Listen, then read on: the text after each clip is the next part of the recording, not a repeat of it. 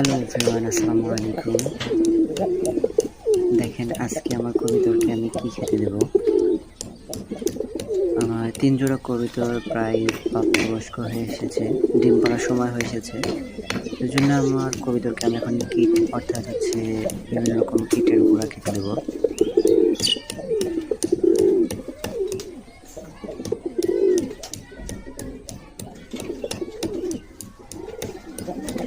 Kit গুঁড়ো করা শেষ, এখন আমি কবিতরের কাছে গুঁড়োগুলো নিয়ে যাবো।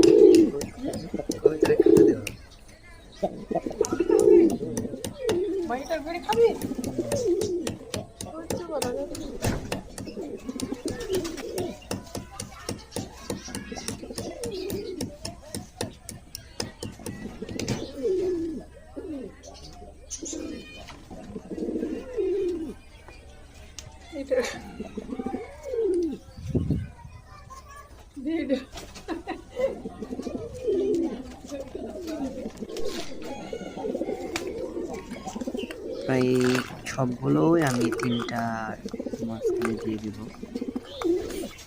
কিছুক্ষণ আগে খাবার দিয়েছিলাম, কবিতর অবশ্য আগে খাবার খেয়ে নিয়েছে, এখন একটু কম খাবে, তারপরেও যখন খাবারগুলো হজম হয়ে যাবে তখন এগুলো খেয়ে নেবে।